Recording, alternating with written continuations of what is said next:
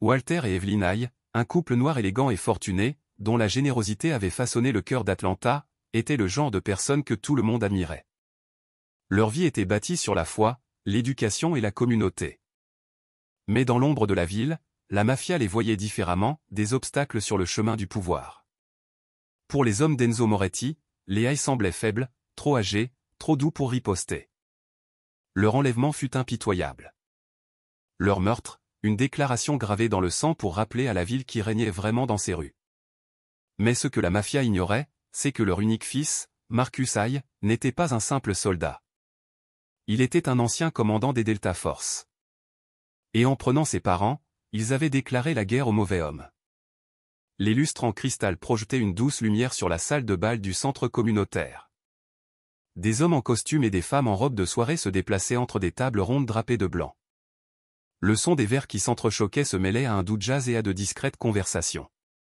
Evelyn Haye, grande et élégante dans sa robe violet foncé, ses cheveux argentés relevés dans un style classique, se tenait à l'avant de la pièce.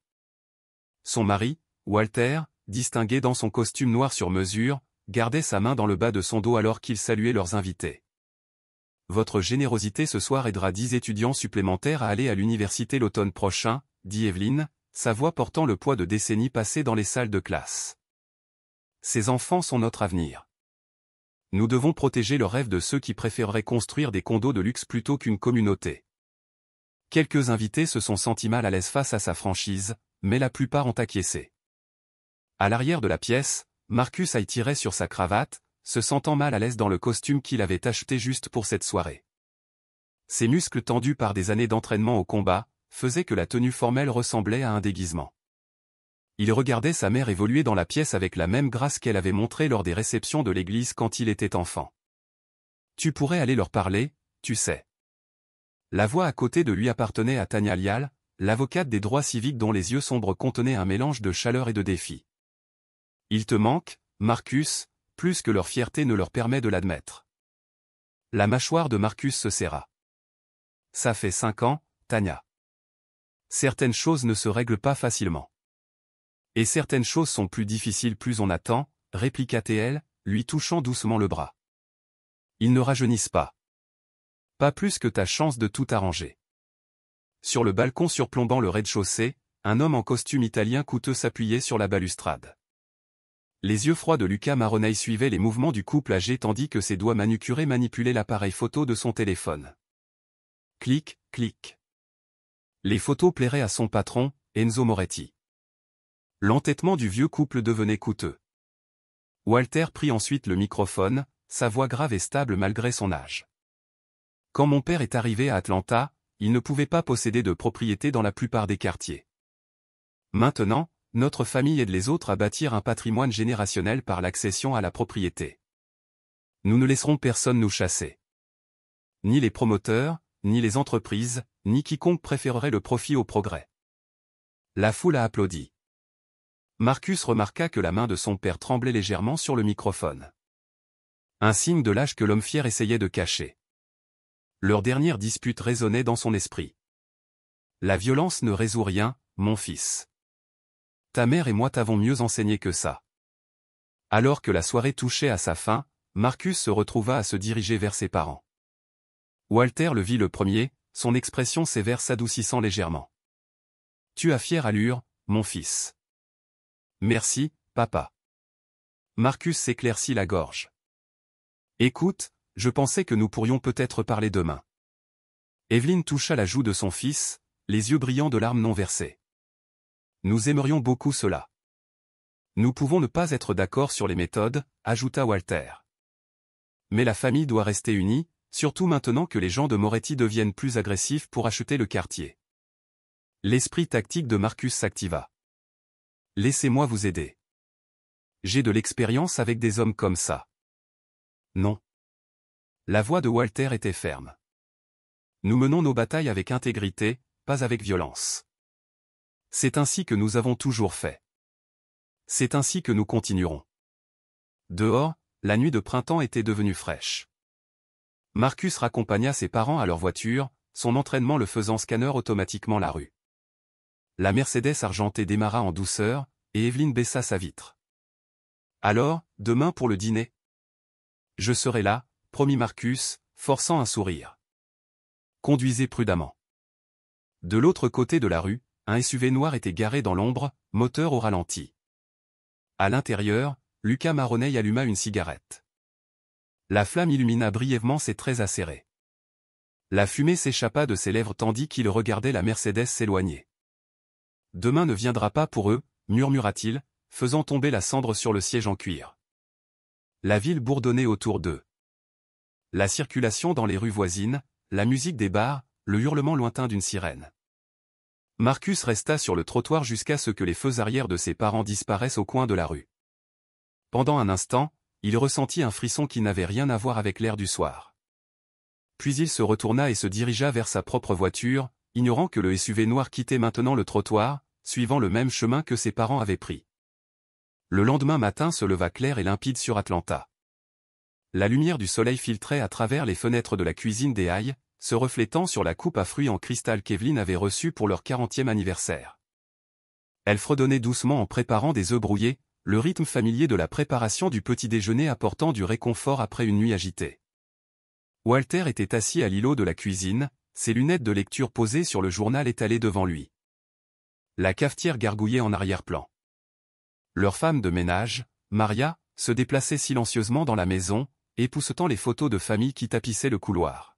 « J'espère que Marcus viendra vraiment aujourd'hui, » dit Evelyn, ajoutant une pincée de sel aux œufs. « Je ferai son pain de maïs préféré. » Walter leva les yeux de son journal. « S'il dit qu'il sera là, il sera là. » Précision militaire, tu te souviens? Le téléphone fixe sonna, son tri aigu brisant la paix du matin. Walter le saisit, vérifiant l'identité de l'appelant avec un froncement de sourcils. Numéro inconnu. Monsieur Hayes, la voix était douce, habituée. J'appelle au nom du groupe de développement de Monsieur Moretti. Nous aimerions vous offrir une dernière opportunité de vendre vos propriétés au triple de leur valeur marchande. Les jointures de Walter blanchirent autour du téléphone. Écoutez attentivement. Je me fiche de ce que Moretti offre. Ces bâtiments abritent des familles qui y vivent depuis des générations. Nous ne vendons pas. Ni maintenant. Ni jamais. Monsieur, veuillez considérer, nous avons terminé ici. Walter raccrocha violemment, faisant vibrer la coupe à fruits en cristal. Evelyn lui toucha l'épaule. Tout va bien? Avant qu'il ne puisse répondre, le système de sécurité sonna. 3 SUV noirs s'étaient arrêtés à leur portail. Par la fenêtre de la cuisine, ils virent des hommes en tenue tactique sortir des véhicules. « Appelle Marcus », dit rapidement Walter, se dirigeant vers son bureau. Puis le 911. Mais il n'y eut pas le temps. Du verre vola en éclats dans plusieurs pièces, point d'entrée synchronisé. Des bottes lourdes résonnèrent sur les parquets.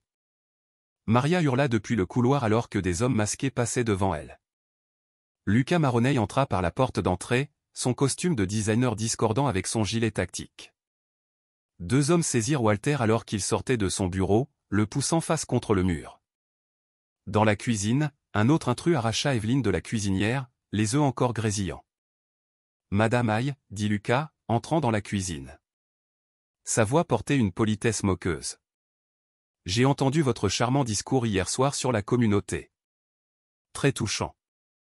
Mais votre argent ne peut pas acheter la clémence aujourd'hui. » Evelyn se redressa, sa dignité intacte, malgré les mains rudes qui la tenaient.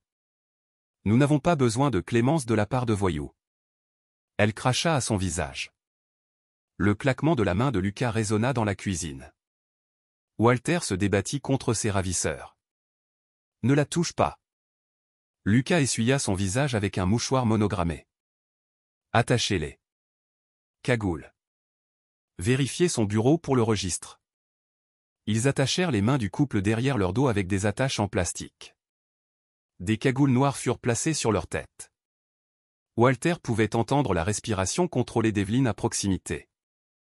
Elle avait peur mais refusait de le montrer. « Le bureau est vide », rapporta un homme. « Pas de registre. » « Alors nous le faisons à la dure. » Le téléphone de Luca vibra. Il y répondit en haut-parleur. « C'est fait ?» La voix d'Enzo Moretti remplit la cuisine. « Je les ai tous les deux. » Pas encore de registre. Pas de témoin, Lucas. Trouvez ce registre où ce seront leurs vies. Faites ça proprement. Maria était recroquevillée dans un coin, pleurant doucement tandis qu'il traînait les hailles dehors. À travers ses larmes, elle regarda les SUV s'éloigner, emportant ses employeurs de 15 ans sous le soleil du matin. 20 minutes plus tard, Marcus arriva devant la maison de ses parents, 2 tasses de café dans un porte-gobelet, la culpabilité pesant lourdement sur sa poitrine. Il avait répété ses excuses toute la matinée pour la dispute d'il y a des années, pour être resté si longtemps éloigné, pour avoir laissé la fierté l'emporter sur la famille. La porte d'entrée était ouverte. Son entraînement s'activa instantanément. Il posa le café, sortit le pistolet dissimulé de son étui de cheville, et se dirigea vers la maison en position de combat. Du verre craqua sous ses bottes. Le foyer montrait des signes d'une intrusion coordonnée. Plusieurs points d'entrée, travail professionnel. Maman, papa? Sa voix résonna dans la maison alors qu'il fouillait les pièces méthodiquement. La cuisine était en désordre, des œufs brûlés noirs dans la poêle, une chaise renversée, les lunettes de lecture de son père brisées au sol. Il trouva Maria dans le salon, toujours tremblante. Monsieur Marcus, ils les ont pris. Des hommes masqués. Ils ont blessé Madame Evelyne quand elle a riposté. La mâchoire de Marcus se serra. Il sortit son téléphone et composa le 911, sa voix stable malgré la rage qui montait en lui. Pendant qu'il signalait l'enlèvement, il étudia les traces de pneus dans l'allée. 3 véhicules, des chauffeurs professionnels, d'après les marques d'accélération. Ce n'était pas un cambriolage aléatoire. Des sirènes hurlèrent au loin, se rapprochant. Par la fenêtre avant, Marcus vit une voiture de police s'arrêter, suivie d'une voiture banalisée. Le détective Aaron Pike en sortit, son costume impeccable, son calme, trop calme pour la situation. « Monsieur Hay » dit Pike, lui tendant la main en entrant. « Nous nous en occupons. » Ces choses se résolvent généralement rapidement lorsqu'il y a des rançons. Marcus fixa la main tendue du détective, mais ne la prit pas. Il avait vu suffisamment de combats pour reconnaître quand quelque chose n'allait pas. Les yeux de Pike étaient trop contrôlés, son sang-froid trop parfait pour une scène d'enlèvement fraîche. Le salon du manoir des Hay semblait vide dans l'obscurité du soir. Marcus était assis, rigide, sur le bord du fauteuil en cuir de son père, observant le détective Pike feuilleter son carnet avec une lenteur calculée. Les experts de la scène de crime avaient terminé des heures auparavant, laissant derrière eux de la poussière d'empreintes digitales et des marqueurs de preuves comme des blessures néons à travers la maison. « Reprenons, » dit Pike, sa plume tapotant le papier. « Pouvez-vous penser à quelqu'un qui voudrait nuire à vos parents? Des rivaux commerciaux? Des employés mécontents? » Marcus étudia le visage de Pike dans la faible lumière. L'expression du détective restait neutre, professionnelle, trop professionnelle. Ses questions semblaient répéter, son inquiétude un mince vernis. Ce sont des chefs d'entreprise respectés qui financent des bourses d'études et soutiennent les familles locales, répondit Marcus, gardant sa voix égale. Les seuls ennemis qu'ils ont sont des promoteurs qui essaient de les forcer à partir. La plume de Pike cessa de tapoter. Des promoteurs? Des noms? Le groupe de Moretti les a fait pression pour qu'ils vendent. Enzo Moretti. Pike écrivit quelque chose, son écriture délibérément lente. L'investisseur immobilier. C'est un homme d'affaires éminent, Monsieur Hay. C'est une allégation sérieuse. La porte d'entrée s'ouvrit en grand. Tania Lial entra, ses talons claquant sèchement sur le parquet. Sa mallette d'avocate balançait à son côté, et la fureur brillait dans ses yeux. 8 heures? Lança-t-elle à Pike. Ils ont disparu depuis 8 heures, et vous ne faites toujours que prendre des notes? Où est l'équipe tactique? Le négociateur de rançon? Pike ferma son carnet avec un calme habitué. Madame Lial, nous menons une enquête approfondie. J'ai des équipes qui travaillent toute la nuit. Nous les trouverons. Comme vous avez trouvé la famille Thompson le mois dernier, la voix de Tania était tranchante comme de l'acier. 3 jours plus tard. Affaire mystérieusement classée. C'était une situation différente. Pike se leva, ajustant sa cravate. Monsieur Hay, nous aurons des agents qui surveilleront la maison. Essayez de vous reposer. Marcus regarda Pike partir par la porte d'entrée, remarquant que les épaules du détective ne se tendaient jamais malgré les accusations de Tania. des années de combat avaient appris à Marcus à lire les gens. La posture détendue de Pike en disait long. Il ment, dit Marcus une fois que la voiture de Pike s'éloigna. Il ne les cherche pas du tout. Tanya posa sa mallette. Tout le département est compromis. 3 familles expulsées le mois dernier seulement, tout après avoir refusé de vendre au groupe de développement de Moretti. La police a classé ces affaires comme des affaires personnelles et a fermé les dossiers. Marcus se dirigea vers le bureau de son père, allumant la lampe de bureau. Aide-moi à chercher. Papa documente tout. Ils fouillèrent les dossiers de Walter pendant des heures. Registres fiscaux, titres de propriété, lettres de locataire. Walter a géré son entreprise avec une précision militaire. Dans le tiroir du bas, derrière un faux panneau dont Marcus se souvenait depuis l'enfance, ils trouvèrent une clé USB simplement étiquetée « Registre communautaire ». La sécurité de secours de papa, expliqua Marcus, la branchant à l'ordinateur. Il m'a appris cette cachette quand j'avais 10 ans. La clé était cryptée. Tanya tira une chaise, son expertise juridique des documents financiers s'avérant cruciale alors qu'il travaillait à travers la protection. À minuit, l'écran se remplit de feuilles de calcul et de virements bancaires. Regardez ça, dit Tanya en montrant du doigt.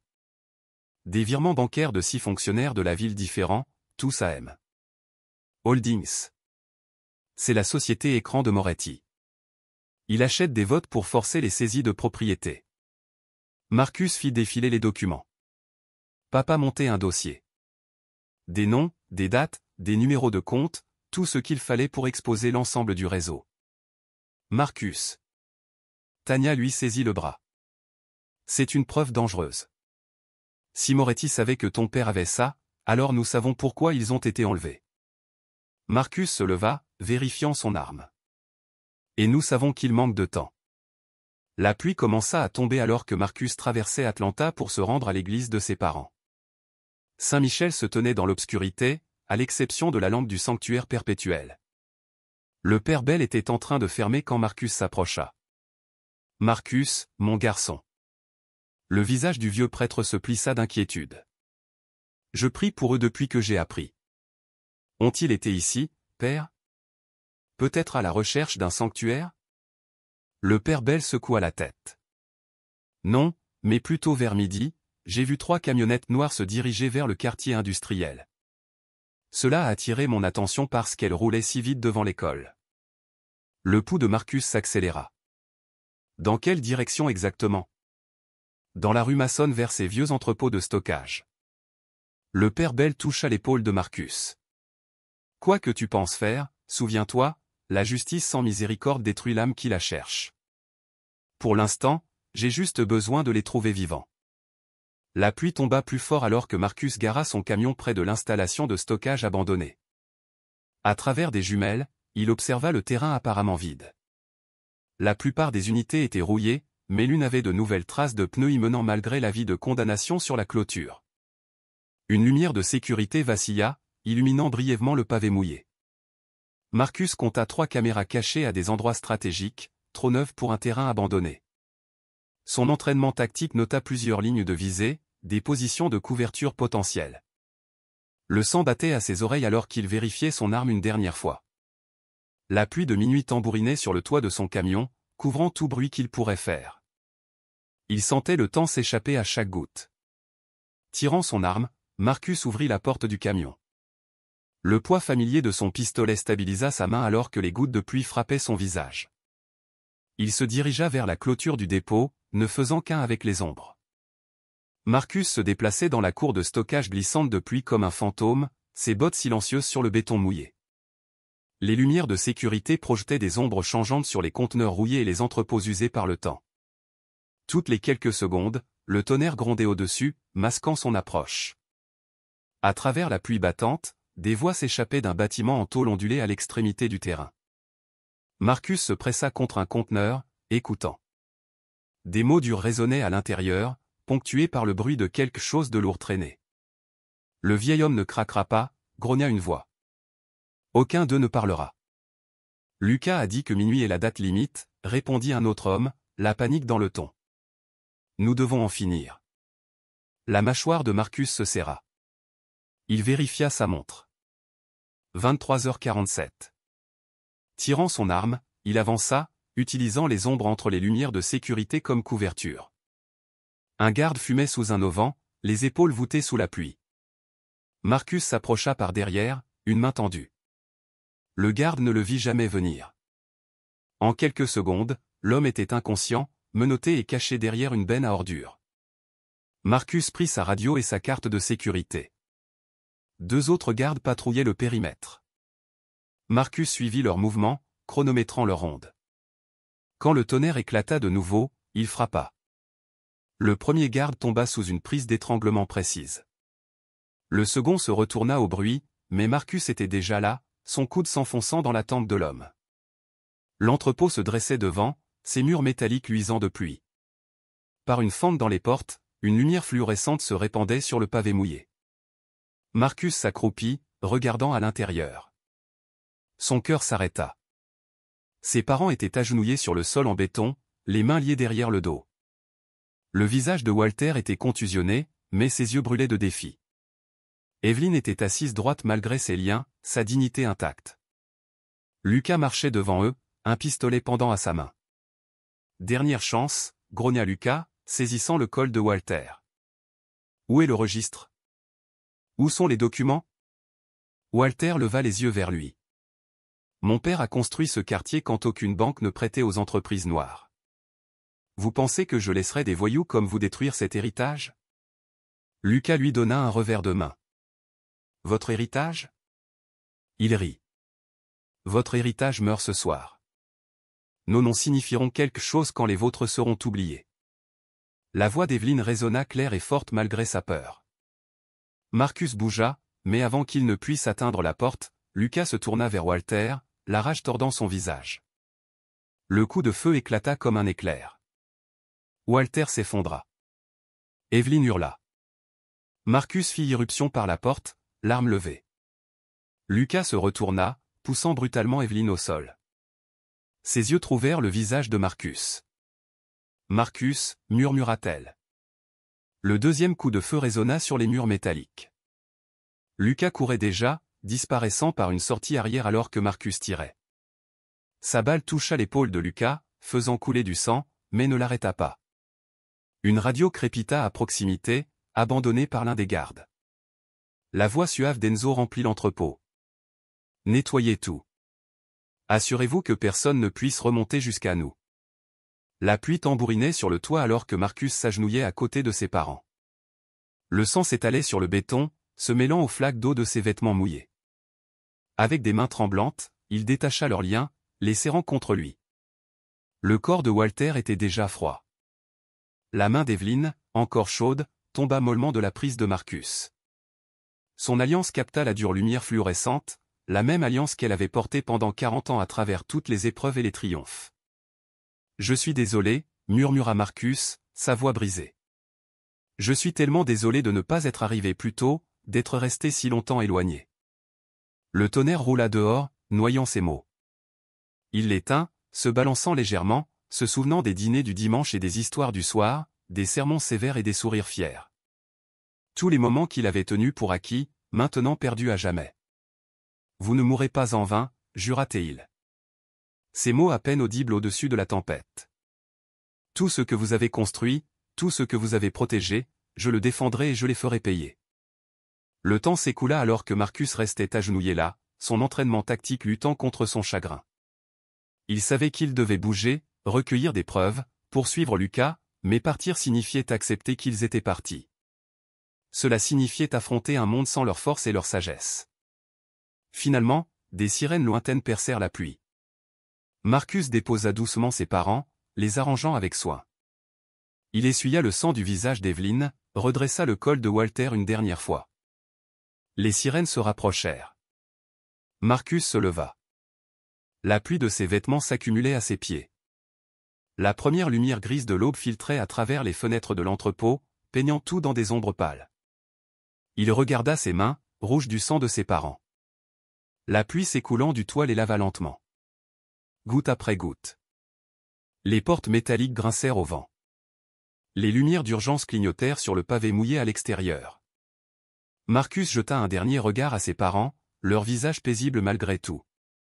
Puis il se fondit dans l'ombre alors que les voitures de police entraient dans la cour de stockage, leurs sirènes déchirant l'aube.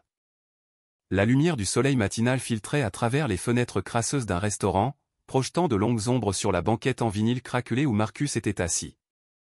Son café était froid, intact. En face de lui, Tanya Lial se penchait en avant, son bloc-notes couvert de notes rapides alors que Marcus finissait de décrire la scène de l'entrepôt.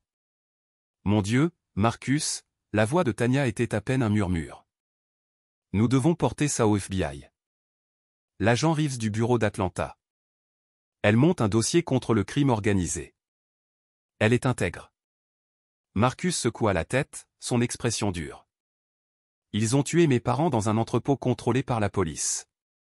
Tanya, les flics n'étaient nulle part près de ce terrain avant que ce ne soit terminé. Quelqu'un s'en est assuré. Tu ne peux pas gérer ça seul, insista TL. C'est plus grand que la vengeance. Tes parents avaient des preuves de... Marcus fit glisser une tablette sur la table. Les fichiers décryptés de la clé USB de Walter remplissaient l'écran. Tableau, transfert de propriété, registre de sociétés écran. Moretti achetait des propriétés par l'intermédiaire de sociétés fictives, blanchissant de l'argent par des projets de construction. Le registre le prouve. Papa suivait tout. Tanya fit défiler les documents, ses yeux s'écarquillant. Ses signatures, la moitié du conseil de zonage est impliquée. Des inspecteurs en bâtiment, des capitaines de district. Elle leva brusquement les yeux. Marcus, c'est pourquoi ils les ont tués.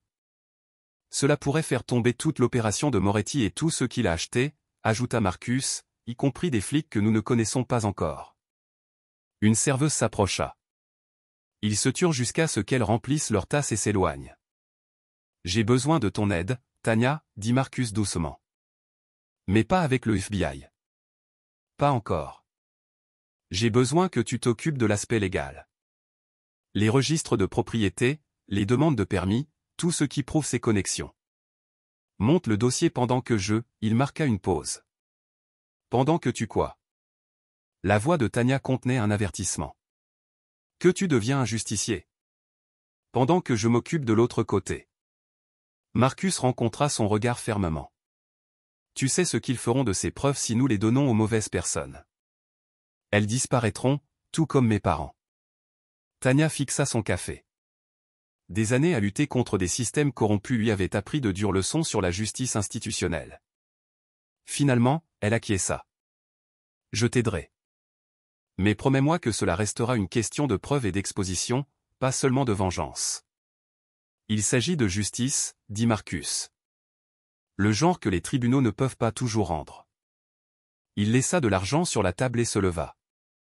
Tanya lui attrapa le bras. Sois prudent. Moretti n'a pas bâti son empire en étant négligent avec les menaces. Marcus lui serra la main une fois, puis sortit dans la lumière du matin. Au coucher du soleil, la planque de Marcus bourdonnait d'énergie tactique. Ghost arriva le premier, sortant d'un pick-up usé avec son étui de fusil signature. L'ancien tireur d'élite se déplaçait avec une grâce fluide malgré son âge, ses yeux gris ne manquant rien alors qu'il inspectait la propriété. Toujours en dehors du réseau, je vois, commenta Ghost, notant les panneaux solaires et les caméras de sécurité. Vieilles habitudes, répondit Marcus, enlaçant son ami. Sarge arriva 1 heure plus tard dans un SUV chargé.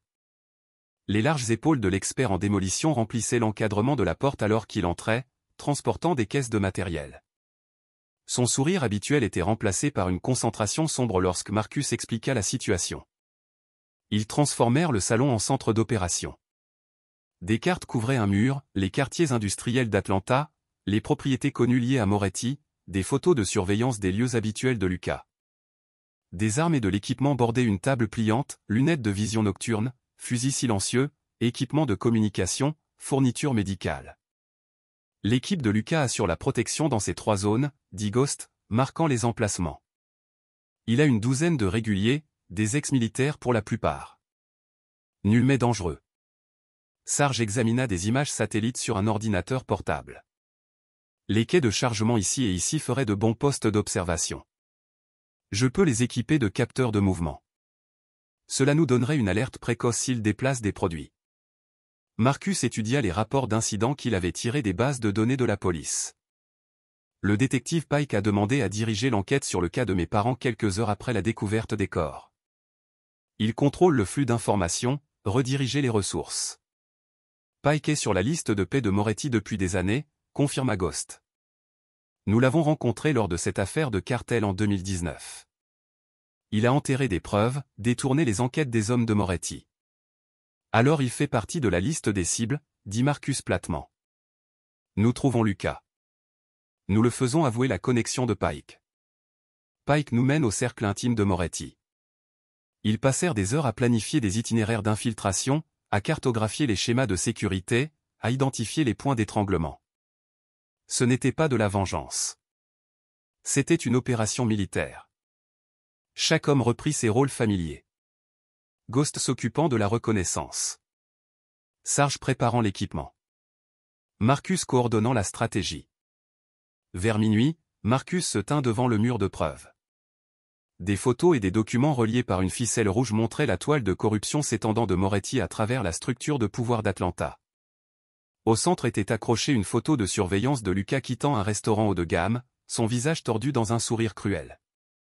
Marcus traça un cercle rouge autour de l'image de Lucas avec un marqueur.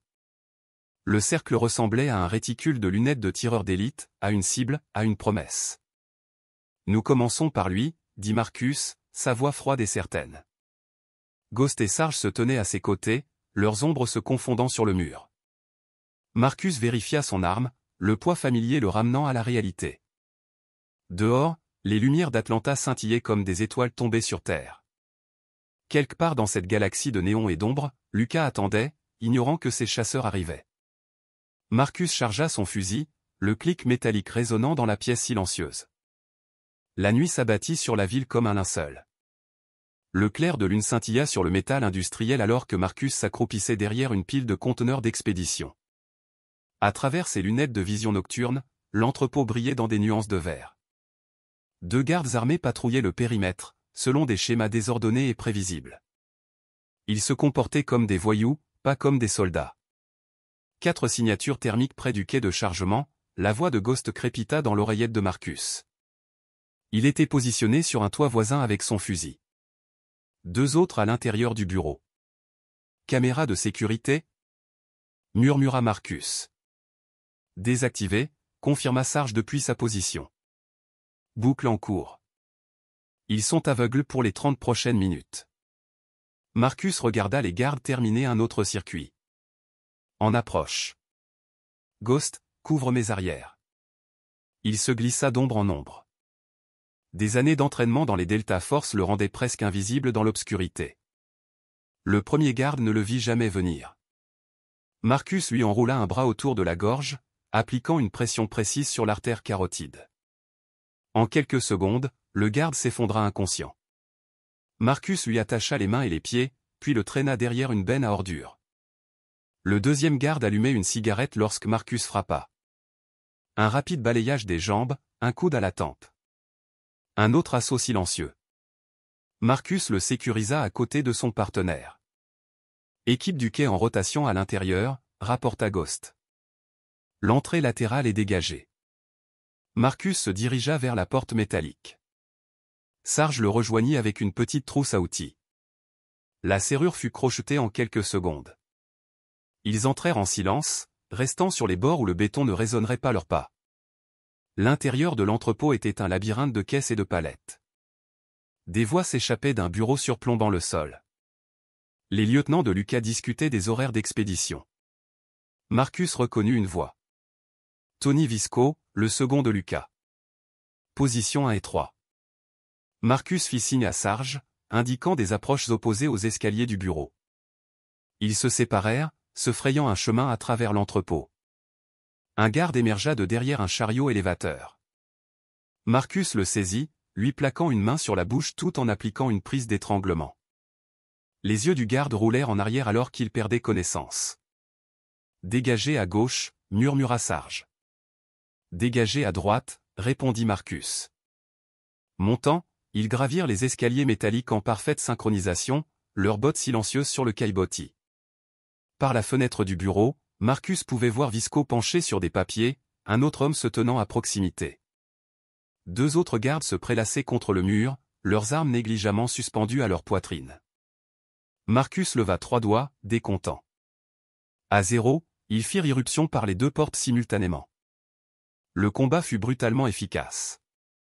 Marcus balaya les jambes du garde le plus proche tandis que Sarge abattait l'autre d'un coup précis à la gorge. Visco tendit la main vers un pistolet, mais Marcus fut plus rapide, lui enfonçant le genou dans le plexus solaire. Le 4e homme leva les mains en signe de reddition. Bon choix, grogna Marcus, attachant Visco à sa chaise de bureau avec des attaches en plastique. Les autres hommes furent rapidement maîtrisés. Tu es mort, cracha Visco. Tu ne sais pas dans quoi tu t'engages. Marcus lui donna un revers de main assez fort pour lui fendre la lèvre. Le coursier du registre. Où est la réunion? Quel coursier? Du sang coula le long du menton de Visco. Marcus pressa le canon de son pistolet silencieux contre la rotule de Visco. La remise de demain. L'endroit et l'heure. Va au diable. Les mots de Visco furent coupés par un hurlement alors que Marcus appuyait sur la gâchette, le cou étouffé traversant le muscle juste à côté de son genou. Le prochain brisera l'articulation, dit Marcus froidement. Le quai, halta Visco. L'ancien dépôt Freeman, demain midi. Lucas le rencontre personnellement. Pourquoi Moretti a-t-il ordonné le meurtre des Hayes? Le travail caritatif du vieil homme, Visco halta de douleur. Il achetait des propriétés que nous avions marquées pour le développement, les transformant en centres communautaires, a commencé à poser des questions sur la provenance de notre argent de construction. Le registre prouvait que c'était du blanchiment de noms, de dates, de sociétés écrans. Moretti ne pouvait pas laisser cela éclater. Marcus se pencha, sa voix mortellement calme. Ma mère. A-t-elle souffert? La peur vacilla dans les yeux de Visco. Ce fut rapide. Lucas voulait faire durer le plaisir, mais il avait reçu l'ordre de finir proprement. Sarge posa un ordinateur portable sur le bureau. La lumière de la webcam clignotait. Enregistrement en direct. Répète tout ce que tu viens de me dire, ordonna Marcus. Tout. 10 minutes plus tard, ils avaient un aveu complet enregistré. Marcus crypta le fichier et l'envoya au serveur sécurisé de Tania. Des munitions pour monter le dossier juridique. S'il vous plaît, supplia Visco alors qu'il se préparait à partir.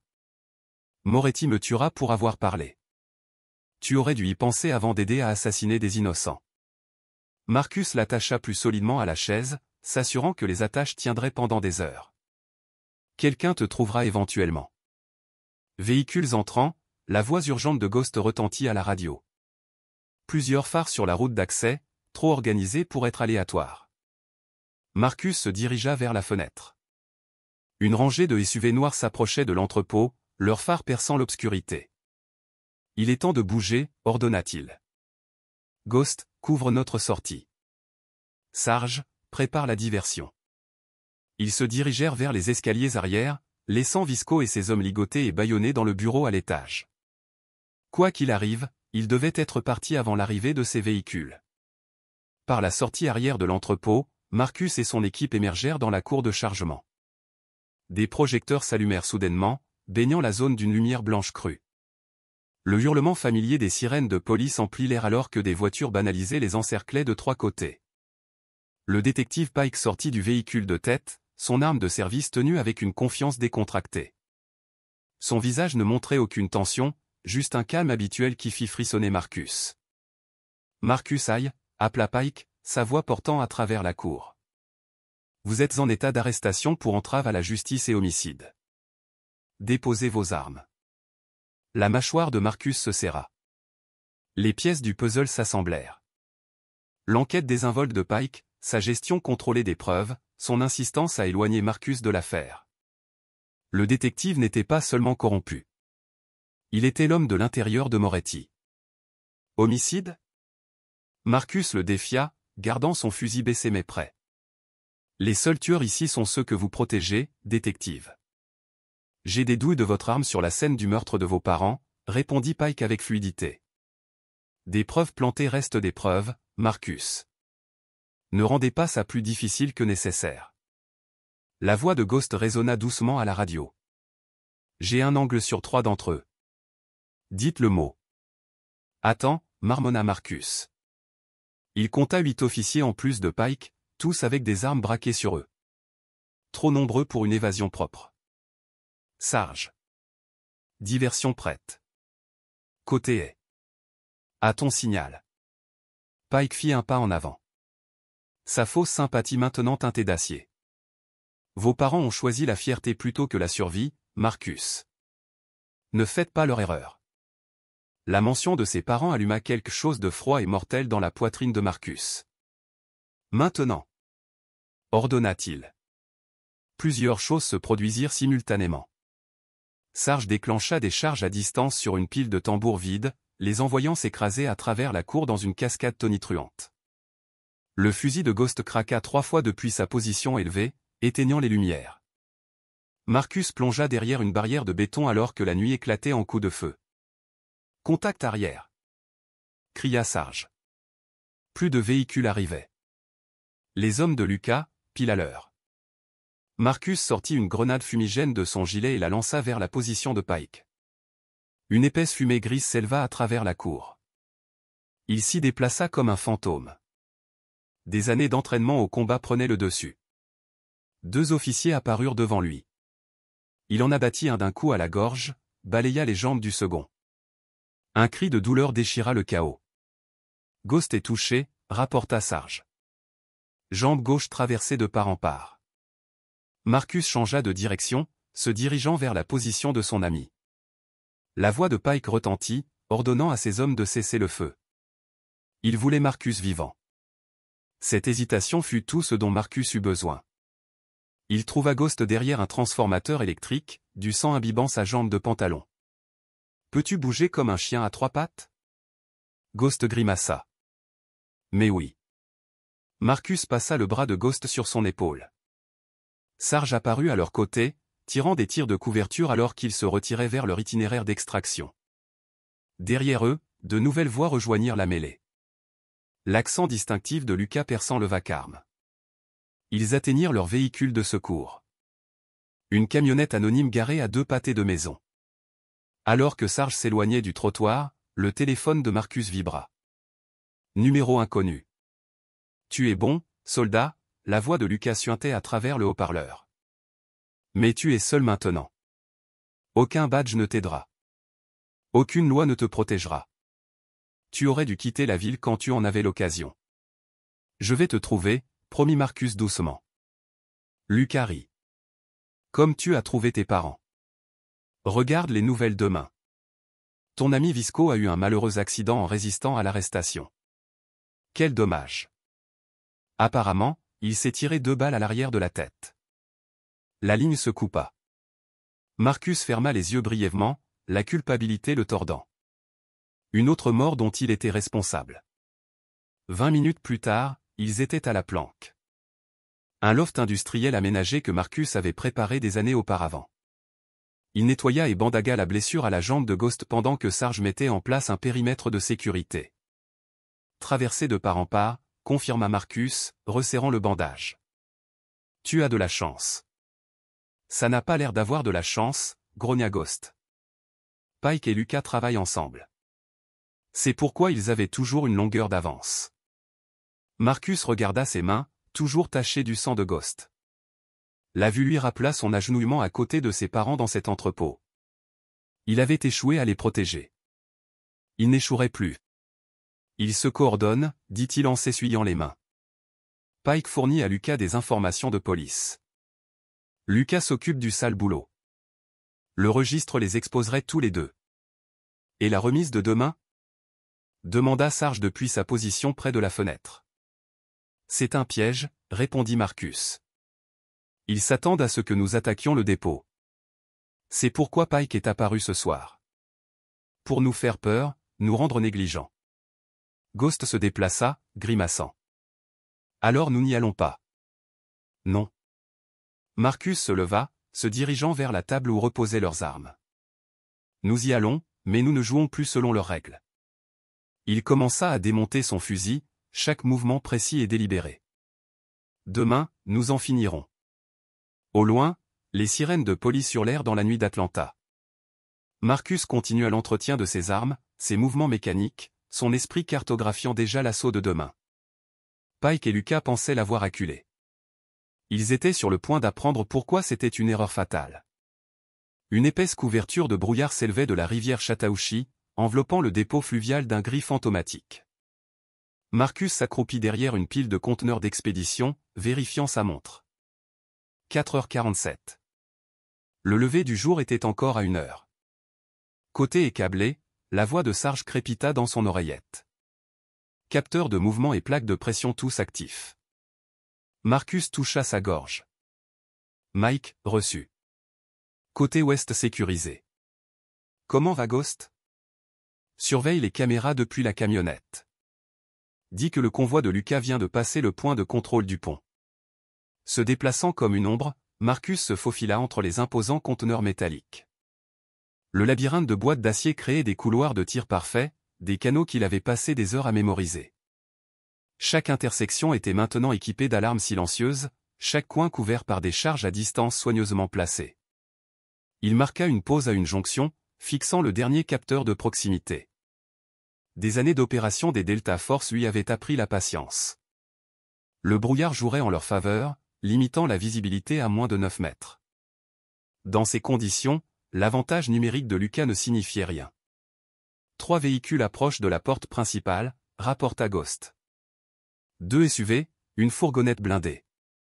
Je compte 10 hommes et plus, Lucas. Marcus toucha la poignée usée de son MP5 silencieux. Rappelez-vous, nous devons le garder en vie assez longtemps pour qu'il parle. Reçu, répondit Sarge. Bien qu'après ce qu'il a fait à tes parents, concentration, le coupa Marcus. Le passé était un luxe qu'il ne pouvait pas se permettre en ce moment. Le doux grondement des moteurs portait à travers la brume. Les phares balayèrent le béton mouillé alors que les véhicules entraient dans le dépôt. Marcus compta les pas. Plusieurs équipes se dispersaient selon un schéma de recherche standard. Travail d'amateur. Ils regardaient en l'air et au loin, ne vérifiant pas les ombres à leurs pieds. Une voix dure retentit à travers le brouillard. Lucas, disperse-toi. Trouvez ce fils de paix avant qu'il, Marcus pressa le détonateur. 3 charges précisément placées explosèrent simultanément, leur force de concussion amplifiée par les conteneurs d'expédition. Les explosions n'étaient pas destinées à tuer, juste à désorienter et à séparer. Des cris de confusion remplirent l'air. Marcus bougea. Le premier garde tourna un coin, clignant encore des yeux après l'explosion. Un coup rapide à la gorge, suivi d'une clé de bras qui se termina par une fracture sauvage. L'homme tomba sans un bruit. 2 autres apparurent, armes levées. Marcus se glissa entre eux comme de l'eau. Un coude écrasa un larynx. Un genou brisa une rotule. Ses mains trouvèrent les points vitaux avec une précision chirurgicale. Chaque mouvement était économique et brutal. « Contact !» cria quelqu'un. Des coups de feu éclatèrent, des balles étincelant sur le métal. Marcus était déjà parti, glissant entre les conteneurs tandis que ses ennemis tiraient sur des ombres. Ils se séparent, mis à jour Ghost. 4 se dirigent vers l'est, 3 vers l'ouest. Lucas se dirige vers l'eau avec 2 gardes. Marcus déclencha une autre charge. L'explosion fit s'écrouler une pile de conteneurs vides, coupant le groupe de l'est. Le fusil de Sarge craqua 2 fois, 2 tirs nets, 2 corps au sol. Un garde arriva en courant à travers le brouillard, droit sur Marcus. Il attrapa le bras armé de l'homme, le tordit et le projeta face première contre un mur de conteneurs. L'impact laissa une trace sanglante sur le métal. Le registre. La voix de Lucas résonna. Apportez-moi ce maudit registre. Marcus se dirigea vers le son, tous ses sens en alerte. Un autre garde apparut. Celui-ci mieux entraîné. Ils échangèrent des coups dans l'espace étroit entre les conteneurs. Marcus reçut un coup violent aux côtes, mais riposta avec un coup de genou sauvage. Le garde tomba, serrant sa clavicule brisée. 5 à terre, rapporta Sarge. Le groupe de lait est bloqué. Tu veux que je les finisse? Négatif. Maintiens le confinement. Lucas est à moi. Le brouillard commençait à se dissiper alors que Marcus s'approchait du front de mer. Les gardes restants de Lucas devenaient désespérés, tirant follement sur tout mouvement. Une rafale de tirs força Marcus à se couvrir. Il tira son couteau et attendit. Des pas approchèrent, précipités, maladroits. Le garde ne vit jamais la lame qui ouvrit son artère fémorale. « Patron, il faut y aller. » La voix paniquée du dernier garde porta clairement. « Ce type n'est pas humain. »« Tais-toi, » grogna Lucas. « C'est un homme seul. » Un seul. Le lancer de Marcus envoya le corps du garde tomber devant Lucas, la gorge écrasée par une tige d'acier précisément visée. Lucas se retourna, tirant son pistolet, mais Marcus était déjà en mouvement. Il repoussa l'arme et enfonça son genou dans le plexus solaire de Lucas. Ils s'écrasèrent ensemble sur les planches mouillées du quai. Lucas se battit comme un animal acculé, toute sa force désespérée et sa fureur. Il asséna un coup de poing solide à la mâchoire de Marcus, puis tenta de lui arracher les yeux. Marcus répondit avec une violence méthodique. Des coups courts et brutaux qui démantelèrent lentement les défenses de Lucas. Un coup de tête brisa le nez de Lucas. Un coup de coude disloqua son épaule. Chaque coup était mesuré, chaque blessure calculée pour causer un maximum de douleur avec un minimum de risque de mort. Finalement, Marcus le plaqua contre un poteau d'amarrage au bord du quai. L'aube se levait sur la rivière, dissipant les dernières volutes de brouillard. En dessous d'eux, l'eau sombre clapotait contre les pilotis. Lucas cracha du sang et sourit, ses dents écarlates. « Tu penses que me tuer va mettre fin à tout ça ?» ricana-t-il, même si la prise de Marcus se resserrait autour de sa gorge. La grenade flash frappa le quai avec un tintement métallique. Les instincts de combat de Marcus s'activèrent. Il se détourna, mais pas assez vite. Le monde explosa dans un blanc aveuglant. Ses oreilles sifflaient alors que la botte de Lucas le frappait à la poitrine, le faisant tituber. « Pas si parfait maintenant, soldat !» se moqua Lucas. Marcus cligna des yeux furieusement, essayant de retrouver sa vision. Les formes s'estompaient et doublaient. Il dévia à peine le coup de couteau sauvage de Lucas, sentant la lame lui entailler l'avant-bras. Du sang coulait le long de sa manche. Lucas accentua son avantage, lançant une rafale de coups. Marcus recula, se fiant à sa mémoire musculaire et au son pour se défendre. Un coup de poing effleura sa mâchoire. Une autre poussée de couteau vint dangereusement près de sa gorge. « Ta mère est morte en pleurant », cracha Lucas. Suppliant comme une, la vision de Marcus revint juste assez. Il attrapa la main armée de Lucas et la tordit sauvagement. Les os craquèrent. La lame tomba sur le quai. Lucas hurla et donna un coup de tête à Marcus, lui fendant le sourcil. Ils s'écrasèrent contre une pile de chaînes lourdes. Marcus en saisit une longueur et la fit tournoyer comme un fouet. Lucas esquiva, mais la chaîne s'enroula autour d'un tuyau derrière lui. Marcus tira, arrachant le tuyau dans un jet de rouille et de calcaire. Lucas s'empara du tuyau et le balança à la manière d'une batte de baseball vers la tête de Marcus. Marcus roula sous le coup. Le tuyau s'écrasa contre une caisse, projetant des éclats. Se relevant à l'intérieur de la garde de Lucas, Marcus enfonça son coude dans le nez déjà brisé de l'exécuteur. Le sang gicla. Lucas trébucha en arrière, jurant en italien. Il cracha une dent sur les planches mouillées. Ses yeux étaient maintenant sauvages, le regard d'un homme qui réalisait qu'il pourrait ne pas s'en sortir. « Ton père est mort le premier », ricana Lucas, tournant autour de lui. « Nous l'avons forcé à regarder. » Enzo le voulait ainsi. La vision de Marcus devint rouge. Il chargea, mais Lucas était prêt. Ils se bousculèrent au bord du quai, échangeant des coups sauvages. Marcus reçut un coup de genou aux côtes. Il répondit par une frappe à la paume qui écrasa la trachée de Lucas. Haletant, Lucas balança à nouveau le tuyau. Marcus l'attrapa et le tordit, utilisant l'élan de Lucas pour le projeter face première contre une poutre de soutien en acier. L'impact laissa une trace cramoisie. Avant que Lucas ne puisse se rétablir, Marcus lui donna un coup de pied dans les jambes. Ils traversèrent une grille rouillée couvrant une plateforme de chargement. Le métal hurla alors qu'il tombait. Marcus atterrit sur le dessus, enfonçant son genou dans la poitrine de Lucas. Le souffle de l'exécuteur le quitta dans un sifflement. « Le registre !» grogna Marcus, épinglant les bras de Lucas avec ses genoux.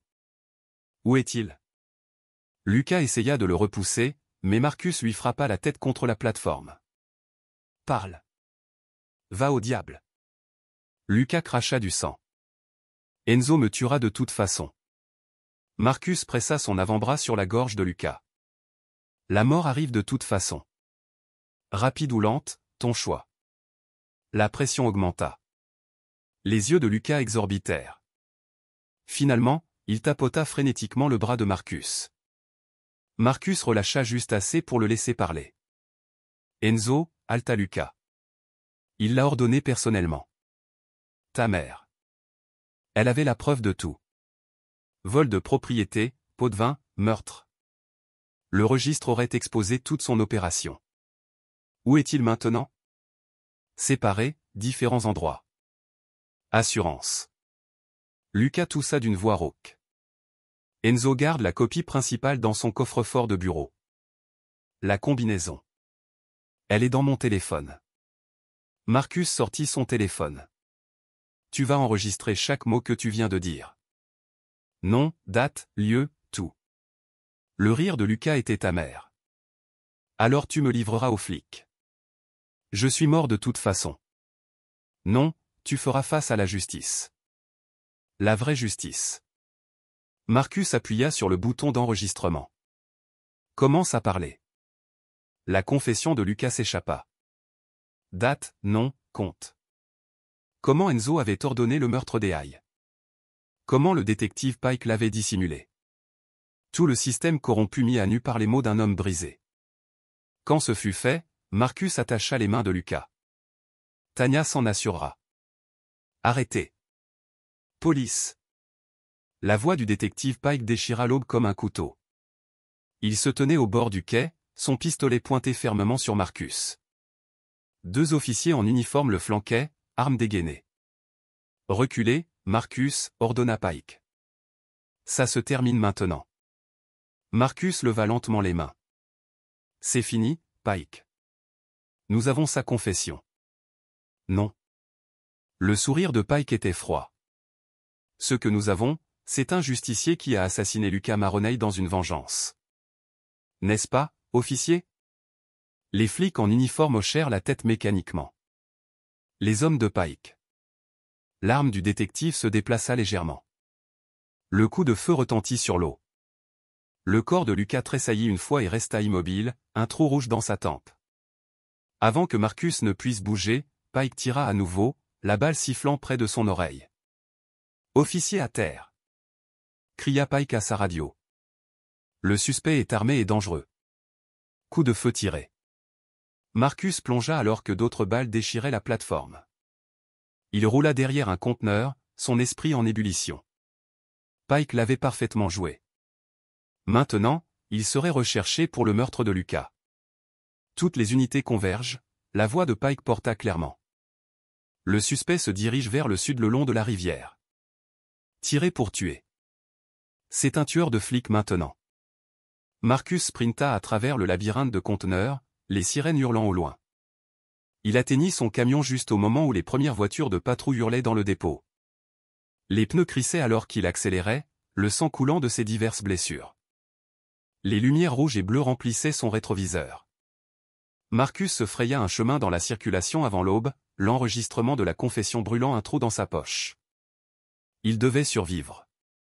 Il devait faire parvenir la vérité à Tania. Les sirènes se rapprochèrent.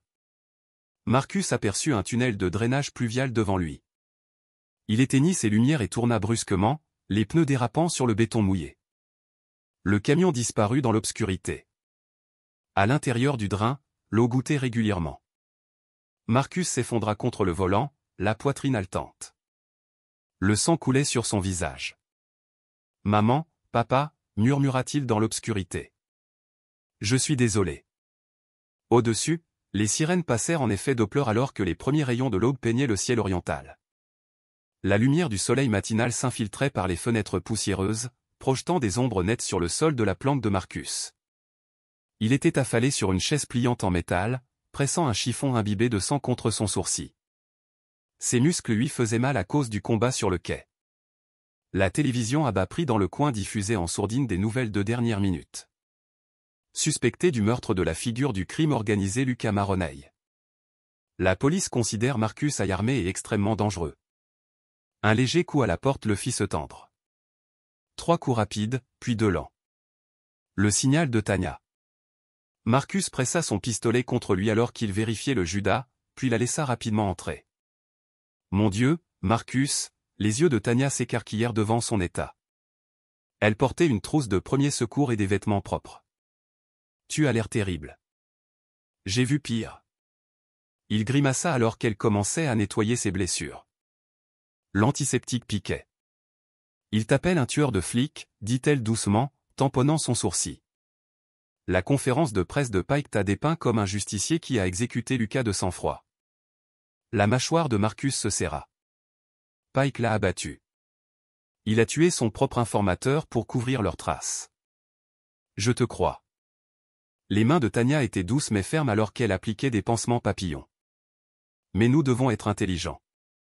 J'ai des contacts au ministère de la Justice. Avec la confession de Lucas et les preuves du registre, le temps que le FBI agisse, Enzo sera parti. Marcus se leva, ignorant la protestation de ses côtes meurtries. Il planifie déjà son évasion.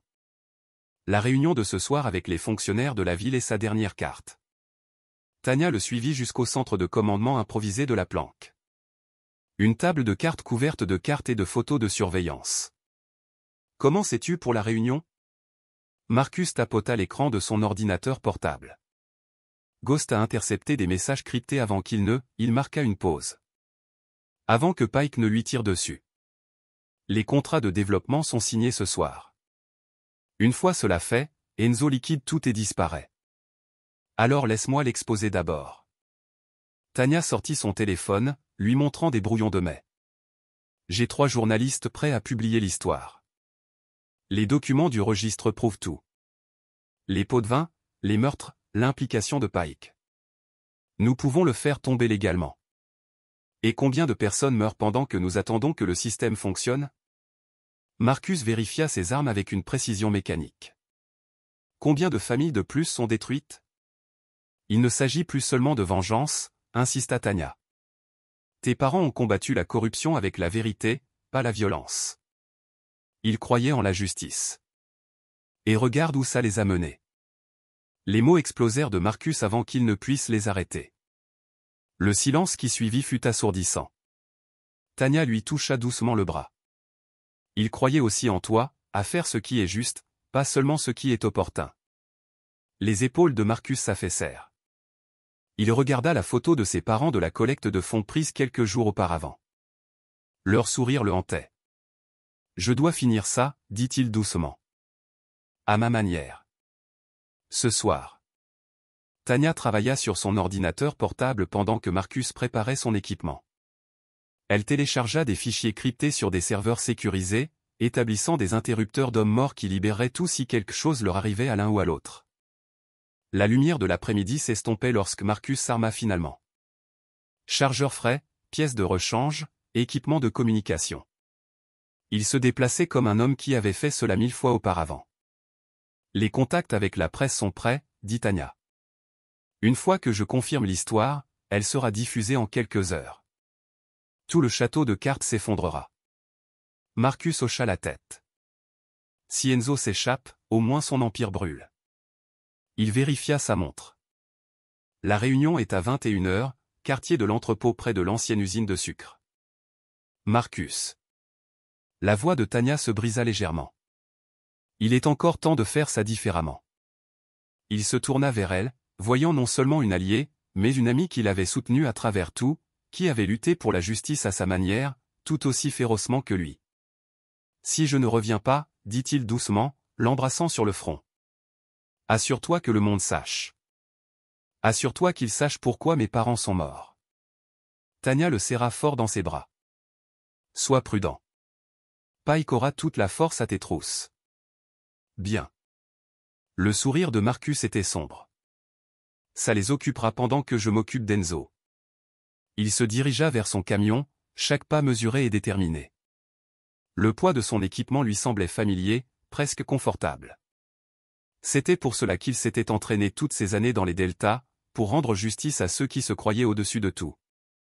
La ligne d'horizon de la ville brûlait d'orange et de cramoisi alors que le soleil se couchait. Marcus conduisait régulièrement vers les quais, l'esprit clair et concentré. La radio crépitait de bavardages policiers.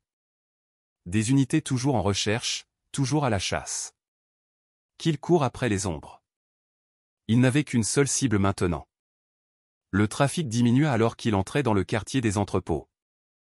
Les bâtiments abandonnés se dressaient comme d'anciens sentinelles. Quelque part devant, Enzo attendait avec ses fonctionnaires corrompus, se croyant intouchables. Marcus vérifia ses armes une dernière fois. Le ciel s'assombrit en un rouge profond, puis en violet. La nuit tombait sur Atlanta comme un linceul. Marcus se gara dans une ruelle sombre et commença ses dernières préparations. Tout ce qui allait suivre se passerait dans l'obscurité. C'était son élément maintenant. C'est là que la justice serait enfin rendue. Marcus s'accroupit sur le coffre de son SUV, vérifiant méthodiquement chaque arme. Les faibles lumières fluorescentes du parking souterrain projetaient des ombres dures sur l'ensemble de l'équipement tactique. Ghost était assis à proximité sur une caisse de munitions, enroulant de la gaze fraîche autour de sa blessure à la cuisse. « Tu n'as pas à faire ça, » dit Marcus, sans lever les yeux de son travail. « Cette jambe a besoin de repos. » Ghost renifla.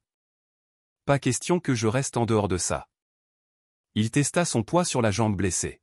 « D'ailleurs, quelqu'un doit surveiller tes arrières. » Sarge émergea des ombres, portant les plans de la villa d'Enzo.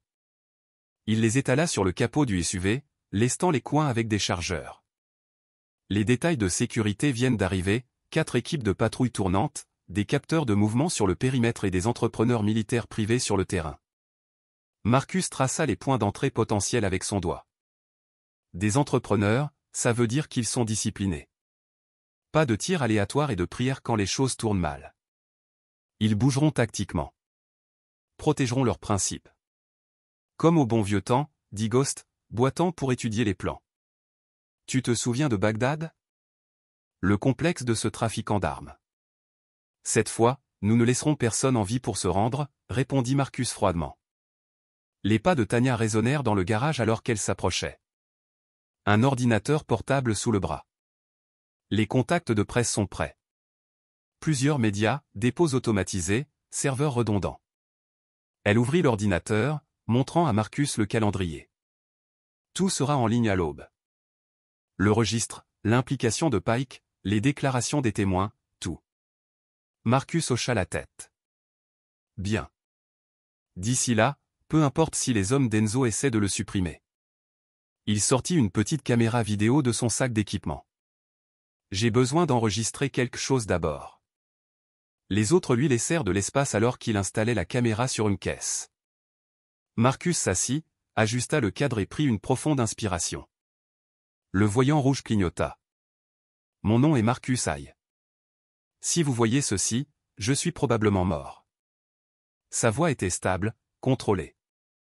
Il y a 3 nuits, mes parents, Evelyn et Walter Hay, ont été assassinés sur ordre d'Enzo Moretti. Ils sont morts en protégeant les preuves de ces crimes, blanchiment d'argent, corruption de fonctionnaires de la ville et meurtre. Il détailla tout. L'enlèvement, la trahison de Pike, la mort de Lucas. Chaque mot précis, ne laissant aucune place à la manipulation de la vérité. Ce que je suis sur le point de faire n'est pas une vengeance. C'est une question de justice, de finir ce que mes parents ont commencé. Marcus marqua une pause, le souvenir le submergeant. Il avait 12 ans à nouveau, assis dans leur cuisine après une bagarre dans la cour de l'école. Les mains douces de sa mère nettoyant ses jointures éraflées. Se battre n'est pas toujours mal, Marcus, avait-elle dit doucement. Mais le vrai courage n'est pas dans ce que tu fais sur le moment. C'est dans ce que tu laisses derrière toi. La vérité que tu protèges, les gens que tu défends. C'est ce qui compte. Le souvenir s'estompa. Marcus regarda directement la caméra. Tout ce que j'ai fait, tout ce qui suit est documenté et vérifié. Les preuves sont avec des sources fiables. Enzo Moretti et toute son opération se terminent ce soir. La vérité que mes parents sont morts en protégeant survivra. Il arrêta l'enregistrement. Tania prit la carte mémoire, l'ajoutant à ses fichiers d'interrupteurs d'hommes morts. Marcus, commença-t-elle. Non. Il la coupa doucement. Nous avons déjà traversé ça. Elle hocha la tête, les yeux brillants. Reviens juste vivant. Il y a eu assez de martyrs. Ghost et Sarge chargèrent le reste de l'équipement, charge de brèche, vision nocturne, fourniture médicale. Leurs mouvements étaient exercés, efficaces. Ils avaient fait cette danse d'innombrables fois dans d'innombrables zones de guerre. Marcus enfila son gilet tactique, vérifiant les plaques de céramique. Chaque chargeur trouva sa poche désignée, chaque grenade flash sa bonne place. Le poids lui semblait juste, familier. C'était le soldat qu'il avait essayé de laisser derrière lui. Maintenant nécessaire une dernière fois. Vérification des communications, dit Sarge, distribuant des radios cryptées. Ils parcoururent les canaux, confirmant des signaux clairs. Ghost testa à nouveau sa jambe. Satisfait de la mobilité. N'oubliez pas, les hommes d'Enzo auront de l'imagerie thermique. Nous devrons bouger vite une fois que nous aurons percé. Vérification de l'heure, annonça Marcus. 23 heures. La réunion d'Enzo commence dans 30 minutes. Nous nous déplaçons dans 20. Ils se rassemblèrent autour des plans une dernière fois. Marcus traça leurs itinéraires d'approche, les plans de contingence, les points de ralliement. Chaque détail devait être parfait. Ils ne pouvaient pas se permettre d'erreur. C'est pour Walter et Evelyn, dit Sarge doucement. Les autres hochèrent la tête. Marcus ferma les yeux brièvement, se recentrant. Quand il les ouvrit, son regard était d'acier. Montez. Ils montèrent dans 2 SUV blindés, Ghost et Sarge dans l'un. Marcus seul dans le véhicule de tête. Les moteurs grondèrent, résonnant sur les murs de béton. Tania se tenait à l'entrée du garage, silhouettée par les lumières de la rue. Elle leva la main en signe d'adieu alors qu'ils sortaient dans la nuit. Les rues de la ville étaient presque vides, ce qui facilitait le maintien de la distance entre les véhicules. Marcus conduisait mécaniquement, la mémoire musculaire le guidant tandis que son esprit parcourait les scénarios, les angles d'attaque, les complications potentielles. Les caméras de circulation capturèrent de brefs aperçus des SUV traversant les intersections. Au matin, ces images feraient partie du dossier de preuve. D'une manière ou d'une autre, tout serait exposé. Ils tournèrent sur la route d'accès menant au complexe privé d'Enzo. Des arbres denses bordaient les 2 côtés, leurs branches projetant des motifs changeants au clair de lune.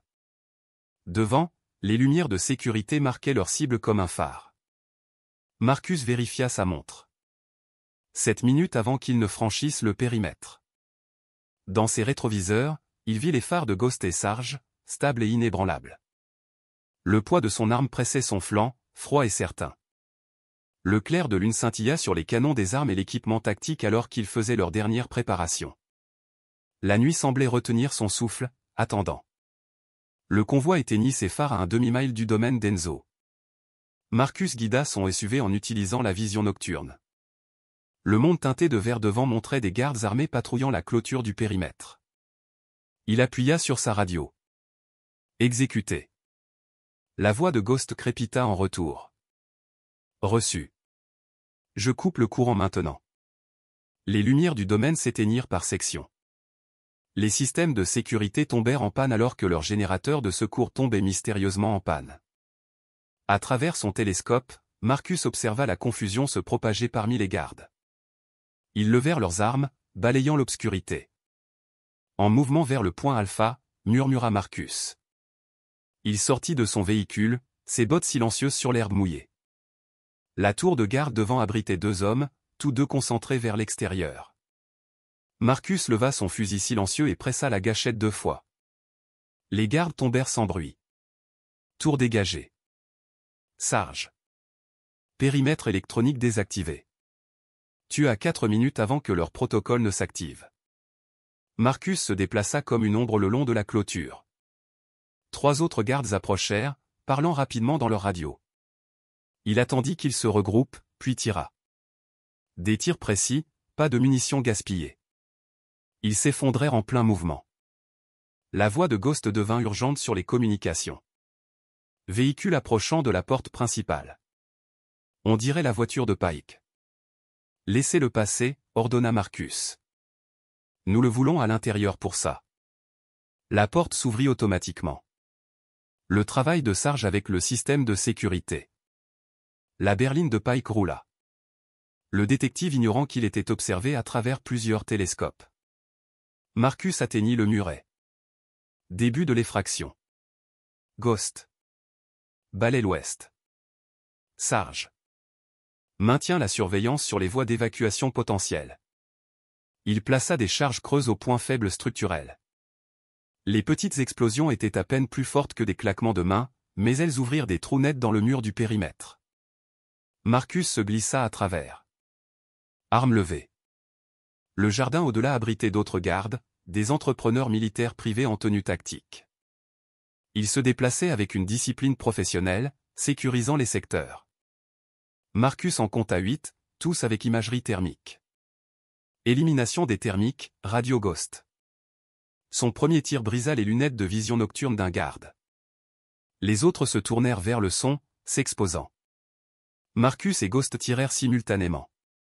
4 tombèrent avant que les autres ne puissent réagir. Des tirs de riposte crépitèrent dans le jardin.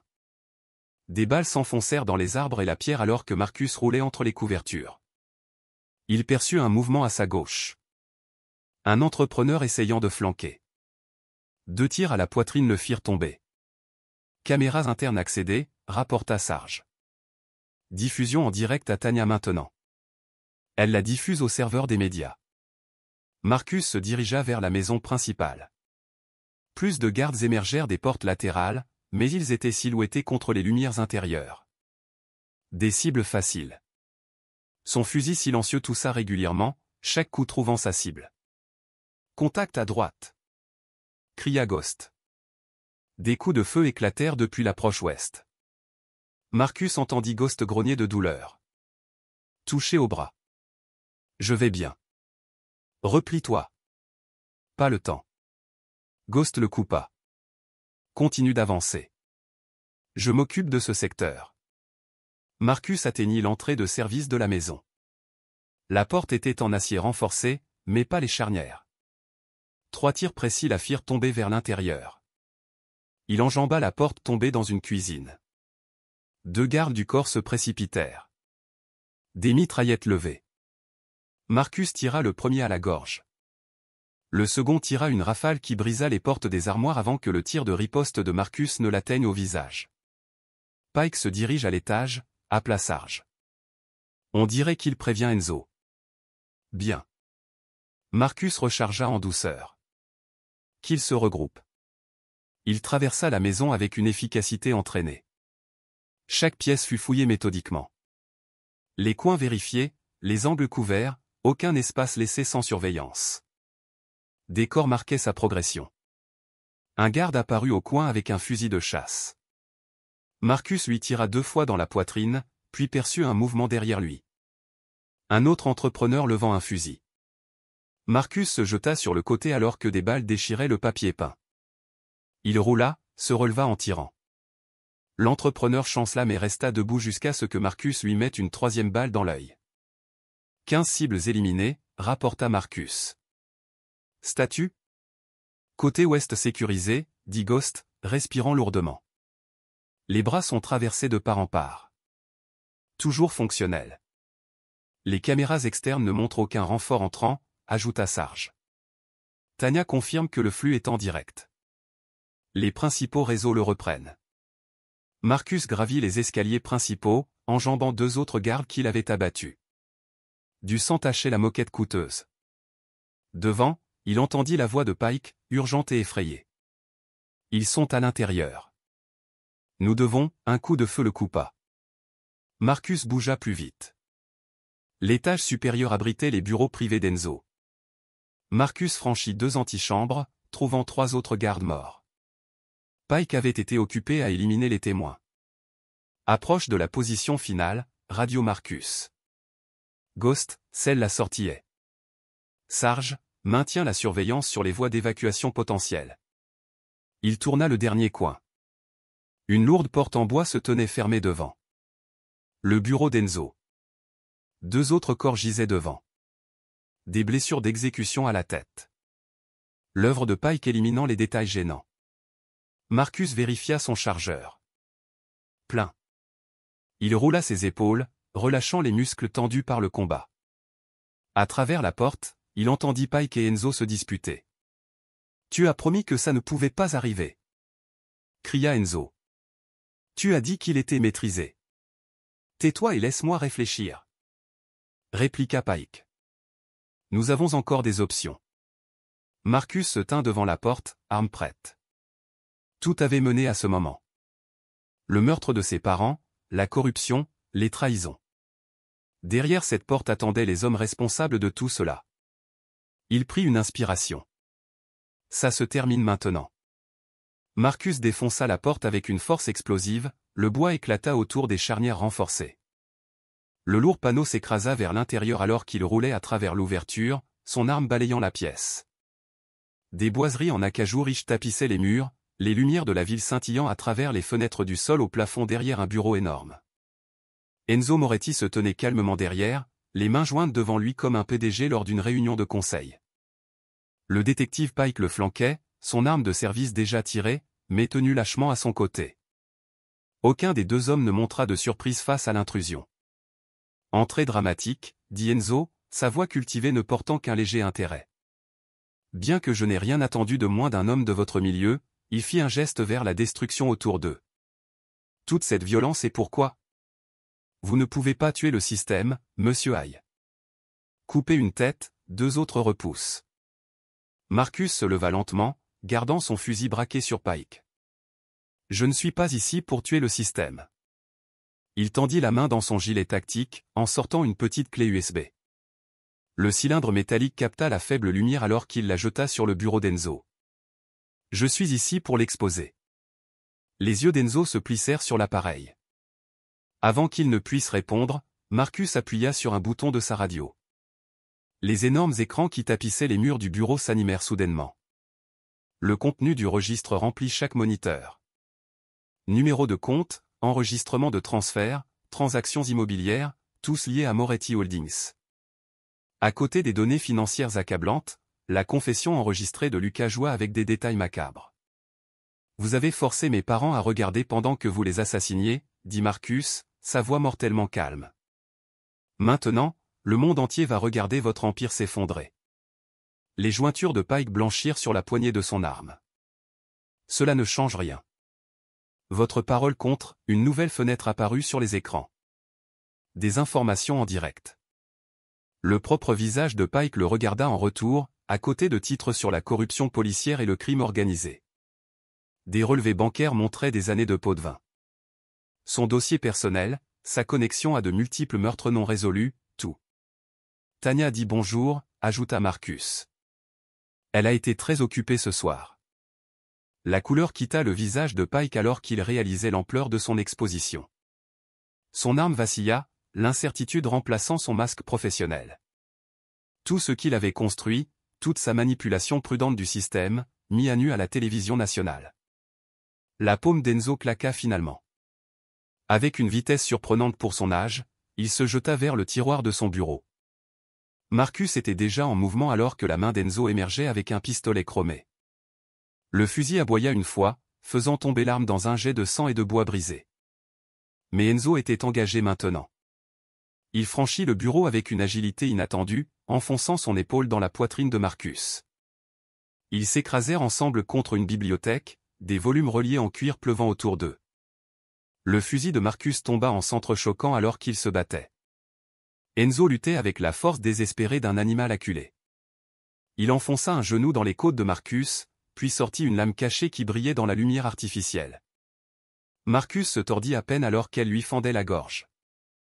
Le deuxième coup l'atteignit à l'épaule, une douleur brûlante s'épanouissant alors que l'acier fendait la chair.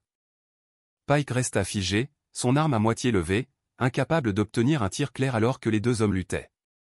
Son hésitation s'avéra coûteuse. La voix de Ghost crépita à la radio de Marcus. Cible acquise. Marcus enfonça son front dans le nez d'Enzo, créant de l'espace. Du sang gicla entre eux alors qu'Enzo titubait en arrière. Marcus saisit le bras armé du gangster et le tordit, les os craquant. La lame tomba. Avant qu'Enzo ne puisse se rétablir, Marcus déchaîna une combinaison sauvage. Coup de genou au plexus solaire, coup de coude à la tempe, puis un puissant lancer qui envoya Enzo s'écraser à travers sa précieuse table basse en verre. Pike prit enfin sa décision. Il se tourna pour fuir et se retrouva face au canon des armes de Ghost et Sarge dans l'embrasure de la porte. Son arme tomba au sol alors qu'il levait les mains. Enzo essaya de se relever des débris scintillants, le verre craquant sous ses chaussures coûteuses. Marcus fut sur lui instantanément. Une main serrée autour de la gorge d'Enzo, le repoussant contre la fenêtre. La ville scintillait loin en dessous alors que Marcus appliquait une pression. Mes parents croyaient en la justice, grogna Marcus. À faire les choses correctement, à leur manière.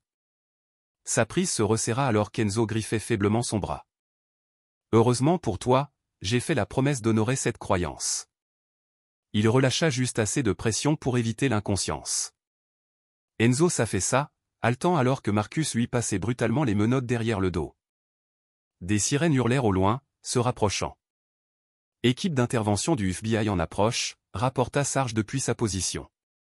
L'agent Reeves les dirige personnellement. Ils ont regardé tout le flux. Marcus tira Enzo sur ses pieds, ignorant la douleur brûlante à son épaule. Des lumières rouges et bleues commençaient à se refléter sur les fenêtres alors que les véhicules fédéraux envahissaient le domaine. À travers la porte brisée, il pouvait entendre des bottes résonner dans les escaliers. « C'est fini », dit Marcus, poussant Enzo vers les agents arrivants. Le système vient de se tuer lui-même. L'agent Reeves fit irruption avec son équipe tactique. Arme levée. Elle observa la scène, la confession diffusée, le registre exposé, les deux hommes menottés. Ses yeux vifs notèrent les blessures de Marcus, la destruction, le prix de la justice. Elle acquiesça professionnellement. Nous prenons le relais, Monsieur Hay. Marcus recula alors que les agents fédéraux sécurisaient Enzo et Pike. Les premiers rayons de l'aube commençaient à s'infiltrer par les fenêtres brisées, peignant le chaos d'une douce lumière dorée. Son épaule battait à chaque battement de cœur, le sang imbibant son gilet tactique. Des corps et des douilles jonchaient les couloirs derrière lui. La violence de la nuit était écrite dans toutes les directions. Se déplaçant avec raideur, il se tourna vers la porte. Des sirènes remplirent l'air du matin alors qu'il boitait dans le couloir, laissant les agents fédéraux traiter son travail. Une bataille gagnée, mais la guerre pour l'héritage de ses parents ne faisait que commencer. Marcus émergea de la villa d'Enzo sous la lumière crue du matin, clignant des yeux alors que des flashs d'appareils photo éclataient derrière les barrières de police. Des fourgonnettes de presse bordaient l'allée circulaire, leurs antennes paraboliques tendant vers le ciel qui s'éclaircissait. La frénésie médiatique avait déjà commencé. Des agents fédéraux menèrent Enzo Moretti et le détective Pike par la grande entrée du manoir. Les deux hommes étaient menottés et entourés d'équipes tactiques. Le costume parfaitement ajusté d'Enzo était déchiré et ensanglanté. Son calme habituel était brisé. Pike gardait la tête basse, la honte inscrite à chaque pas alors que ses collègues officiers assistaient à la disgrâce de leur ancien camarade. Les reporters hurlaient des questions, les microphones tendus comme des lances. « Monsieur Moretti, depuis combien de temps corrompez-vous des fonctionnaires de la ville ?» Détective Pike, quel a été votre rôle dans les meurtres des Hay ? Avez-vous ordonné l'exécution de Walter et Evelyn Hay ? Les questions devinrent un rugissement assourdissant. Le visage d'Enzo se tordit de rage alors que les caméras capturaient sa chute. Pike sembla se recroqueviller à chaque flash, sa carrière policière se terminant par une humiliation publique. Ils furent conduits vers des véhicules de transport séparés, leur marche forcée synchronisée diffusée en direct à travers Atlanta. Au milieu du chaos, Marcus aperçut Tanya au cordon de police. Elle lui fit signe de la main, son comportement professionnel contenant à peine son excitation. Alors qu'il s'approchait, elle sortit une épaisse enveloppe Kraft de sa mallette. Tout juste sortie de l'imprimante fédérale, dit-elle en lui tendant le document. Mandat d'arrêt pour 3 membres du conseil municipal, 2 juges et le maire adjoint. Tous liés aux combines immobilières d'Enzo. Son sourire était féroce. Tu n'as pas seulement vengé tes parents. Tu as nettoyé une ville. Marcus feuilleta les mandats, reconnaissant des noms qu'il avait vus dans le registre de ses parents. Les preuves ont mieux tenu que nous l'espérions. L'unité des crimes financiers du FBI dit que tes parents ont tout documenté parfaitement. Du classique Walter et Evelyn. Ils se sont battus avec des papiers au lieu de balles. Elle lui serra le bras, bien que parfois tu aies besoin des deux. Des hélicoptères de presse survolaient alors que d'autres arrestations commençaient à travers Atlanta. Marcus observa la répression coordonnée à travers les mises à jour textuelles de l'agent Reeves. Des fonctionnaires corrompus escortés hors de l'hôtel de ville. Des juges escortés hors des tribunaux. Des années de corruption systématique traînées au grand jour. Son téléphone vibra avec des alertes de dernières nouvelles. Flash. Le magnate de l'immobilier Enzo Moretti arrêté lors d'une vaste opération anticorruption. Un détective de police parmi des dizaines d'accusés dans une entreprise criminelle à Atlanta. Les preuves des activistes assassinés exposent un réseau de corruption à l'échelle de la ville. Tania fit défiler son propre téléphone. La propriété du centre communautaire a déjà été rendue à la fiducie. La session d'urgence du conseil municipal a voté pour le renommer le centre mémorial Walter et Evelyn Haye. Elle leva les yeux vers Marcus. L'héritage de tes parents est sécurisé. Marcus hocha la tête, l'émotion menaçant de briser son sang-froid. Je dois vérifier Ghost. L'hôpital était plus calme que le chaos extérieur, bien que les nouvelles défilaient silencieusement sur les télévisions de la salle d'attente. Marcus trouva Ghost dans une chambre privée, son bras professionnellement bandé, l'air agacé par l'observation obligatoire. Voilà mon armée d'un seul homme, dit Ghost en souriant. Tu as l'air pire que moi. Marcus s'effondra sur la chaise à côté du lit, ses propres blessures commençant à se faire sentir maintenant que l'adrénaline s'était estompée. La retraite n'est plus ce qu'elle était. En parlant de retraite, Ghost fit un geste vers la télévision où l'arrestation d'Enzo passait en boucle. Je dirais que nous l'avons bien mérité cette fois. Plus de raids de minuit, plus d'équipement tactique, juste la pêche et le mauvais golf. Tu détestes la pêche. J'apprendrai. Mieux que de se faire tirer dessus. L'expression de Ghost s'adoucit. Tes parents seraient fiers, Marcus. Pas seulement d'avoir fait tomber Enzo, mais de l'avoir fait de la bonne manière, la justice au lieu de la pure vengeance. Marcus pensa au registre, à la documentation méticuleuse de ses parents. Ils avaient combattu la corruption avec la vérité, bâtissant un dossier qui survivrait à la violence. Il avait simplement ajouté la force nécessaire pour faire éclater cette vérité au grand jour. En fin d'après-midi, Marcus se tenait seul au cimetière d'Oakland. L'herbe était fraîchement coupée, des feuilles d'automne éparpillées sur les pierres tombales en marbre. Il s'agenouilla entre les tombes de ses parents, plaçant soigneusement leurs photos de mariage dans un cadre résistant aux intempéries entre les marqueurs. La photo les montrait dans leur jeunesse, Walter dans son meilleur costume, Evelyn rayonnante en blanc, tous deux rayonnant de la certitude de leur avenir commun. Ils avaient construit cet avenir pierre par pierre. L'entreprise, le centre communautaire, la lutte contre la corruption. Même leur mort avait servi leur mission de justice de toute une vie. Marcus traça leur nom gravé dans le granit. Les nouvelles du matin résonnaient encore dans son esprit. Des inculpations, des confessions, un système corrompu s'effondrant sous le poids des preuves. Le dernier cadeau de ses parents à Atlanta était la vérité. Ils sont morts en protégeant. Vous pouvez vous reposer maintenant, murmura-t-il. La brise d'automne agitait les feuilles autour de lui, portant les sons lointains de la ville, les sirènes, la circulation, la vie qui continue. Mais ici, dans ce coin tranquille du cimetière d'Oakland, la paix était enfin venue. Les assassins de ses parents feraient face à la justice. Leur travail continuerait et leur nom signifierait quelque chose pour les générations futures. 2 semaines après l'arrestation d'Enzo, Atlanta se prélassait dans la chaleur de la fin de l'automne. Le centre communautaire a été transformé, sa façade en briques rouges nettoyée, de nouvelles fenêtres brillant sous la lumière du matin. Une foule s'était rassemblée sur le parking fraîchement pavé où les terrains de basket avaient été repeints dans des couleurs vives. Des enfants se faufilaient entre les jambes des adultes, leur excitation palpable. Certains driblaient des ballons de basket, testant le béton lisse, tandis que d'autres se pressaient près de l'entrée du bâtiment, où une plaque recouverte d'un tissu attendait d'être dévoilée. Le quartier s'était mobilisé en force. Des résidents âgés dans leurs plus beaux habits du dimanche. De jeunes familles avec des poussettes, des adolescents essayant d'avoir l'air indifférents, mais échouant. Marcus s'appuya contre un chêne au bord de la foule, observant. Il portait maintenant des vêtements civils, un pantalon kaki pressé et une chemise bleue boutonnée que Tania avait insisté pour qu'il porte. L'équipement tactique et les armes étaient enfermés, peut-être pour de bon. Ses blessures du raid de la villa avaient en grande partie guéri, bien que son épaule lui fasse encore mal lorsque le temps changeait. Tania s'approcha à travers la foule, un presse-papier à la main, l'air professionnel dans un costume bleu marine. « Prêt pour ça ?» demanda-t-elle, s'arrêtant à ses côtés. « Ce sont eux qui devraient être ici, dit Marcus doucement. Ils le sont. Tania fit un geste vers le bâtiment, vers les gens qui se rassemblaient.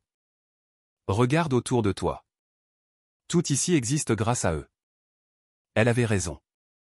Le centre communautaire avait été le cœur de ses parents. Les terrains de basket où Walter enseignait aux enfants à jouer, le laboratoire informatique où Evelyne donnait des cours aux étudiants, les salles de réunion où ils avaient planifié leur résistance à la corruption. Même après leur mort, leur influence se propageait. La cérémonie commença avec le maire, nouvellement nommé après l'opération anticorruption, accueillant tout le monde. Il parla de guérison, de communautés unies contre l'injustice. Marcus l'entendit à peine, concentré plutôt sur les visages de la foule. Il reconnut de nombreuses personnes du gala de collecte de fonds original la nuit précédant le grand changement. Ils avaient perdu leurs dirigeants mais avaient retrouvé leur voix. Tania prit ensuite la tribune, sa présence attirant l'attention. Aujourd'hui, nous honorons 2 personnes qui ont tout donné pour cette communauté, commença-t-elle. Evelyne et Walter y croyaient en la justice, pas seulement dans les tribunaux, mais dans la vie de tous les jours. Ils croyaient en l'éducation, en l'opportunité, à tenir tête à ceux qui détruiraient ce que d'autres construisaient. Sa voix porta à travers la foule silencieuse. Ils nous ont laissé leur plus grande arme, la vérité. Lorsque la corruption a menacé ce quartier, ils n'ont pas seulement riposté. Ils ont tout documenté. Ils ont bâti un dossier que même leur mort n'a pas pu faire taire. C'est ça le vrai courage. C'est ça le vrai sacrifice. Marcus regarda les enfants interrompre leur jeu pour écouter. Des ballons de basket sous les bras. C'étaient ceux pour qui ses parents s'étaient battus. La prochaine génération qui grandirait en sachant que la justice était possible, que la vérité pouvait vaincre le pouvoir. Les Haï ont prouvé qu'un couple armé de rien d'autre que de conviction et de preuves pouvait changer une ville. Tania poursuivit, leur centre communautaire se dresse non seulement comme un mémorial, mais comme une promesse. Une promesse que la lumière vaincra toujours l'obscurité, que la vérité fera toujours surface, que les bonnes personnes travaillant ensemble peuvent déplacer des montagnes. Elle désigna la plaque recouverte. Alors aujourd'hui, nous redédions ce centre non seulement à leur mémoire mais à leur mission. Chaque enfant qui apprend ici, chaque famille qui trouve du soutien ici, chaque victoire pour la justice qui commence ici, c'est leur héritage qui perdure. 2 jeunes étudiants s'avancèrent pour retirer le tissu. La plaque de bronze capta la lumière du soleil, en mémoire d'Evelyne et Walter Haï, champions de la justice. La vérité se dresse quand le pouvoir tombe. Les applaudissements se répandirent dans la foule. Quelqu'un commença à chanter « We shall overcome » et d'autres se joignirent, l'hymne s'amplifiant dans l'air du matin. Marcus sentit sa gorge se serrer.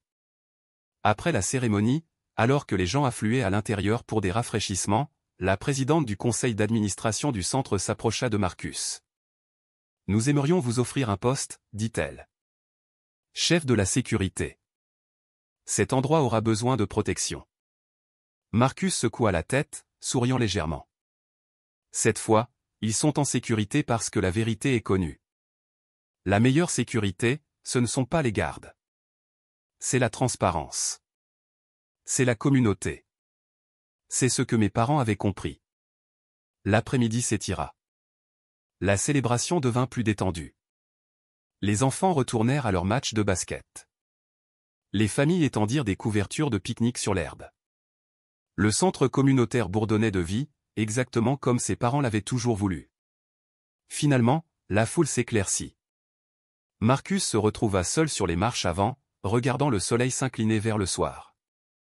Un match improvisé était en cours sur les terrains, des cris et des rires portant à travers le parking. 2 jeunes filles s'entraînaient à dribbler à proximité, se concentrant intensément sur le rythme, le son des enfants qui jouent. C'était la chose préférée de sa mère à propos du centre. C'est le son de l'espoir, disait-elle toujours. Maintenant, assis sous le soleil chaud, Marcus comprit enfin. C'était ce autour de quoi ses parents avaient construit leur vie. Non pas des bâtiments ou des programmes, mais des moments comme ceux-ci. Une joie simple, une possibilité future.